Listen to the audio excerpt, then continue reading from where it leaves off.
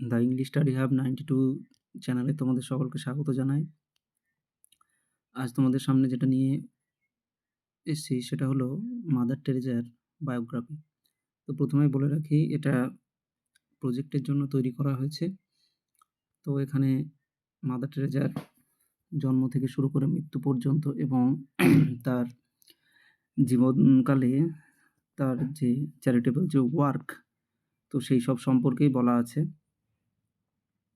ঠিক আছে? তো তোমরা ঠিক যেমন লেখা রয়েছে সম্পূর্ণটাই ঠিক তেমনভাবেই লিখবে। যদি মনে হয় যেটা বড় আছে তাহলে সেটা নিজের মতো করে তোমরা একটু ছোট করে নিতে পারো। এবং সবথেকে যেটা বড় কথা সেটা হলো যে মাদার টেরেজাকে তুমি কেন পছন্দ করো? তো তার যে উত্তর সেটা শেষ অংশে দেওয়া রয়েছে এবং তার বাংলা মিনিংটাও দেয়া রয়েছে যাতে তোমাদের বুঝতে কোনো রকমের কোনো অসুবিধা না হয়। তো আশা করি এতে তোমাদের যে প্রজেক্ট সেটা সম্পন্ন হয়ে যাবে এবং যে ছবিগুলো প্রয়োজন সেগুলো তোমরা সংগ্রহ করে নেবে।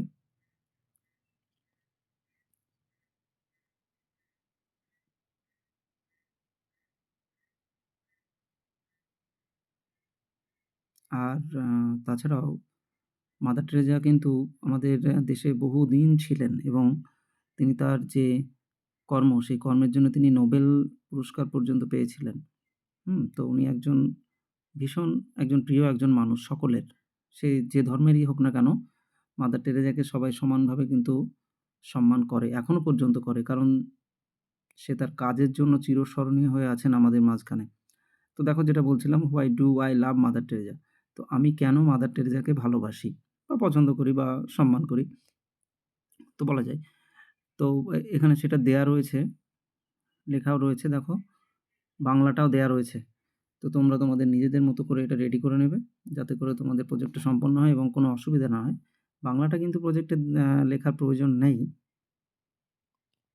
ইংরেজিটা লিখলেই হবে। বাংলাটা একটু দেখে নেবে তোমরা তাহলেই হবে। আর ভালো লাগলে অবশ্যই বন্ধুদের সঙ্গে শেয়ার করে নিও, যাতে উপকারটা সকলের হয়।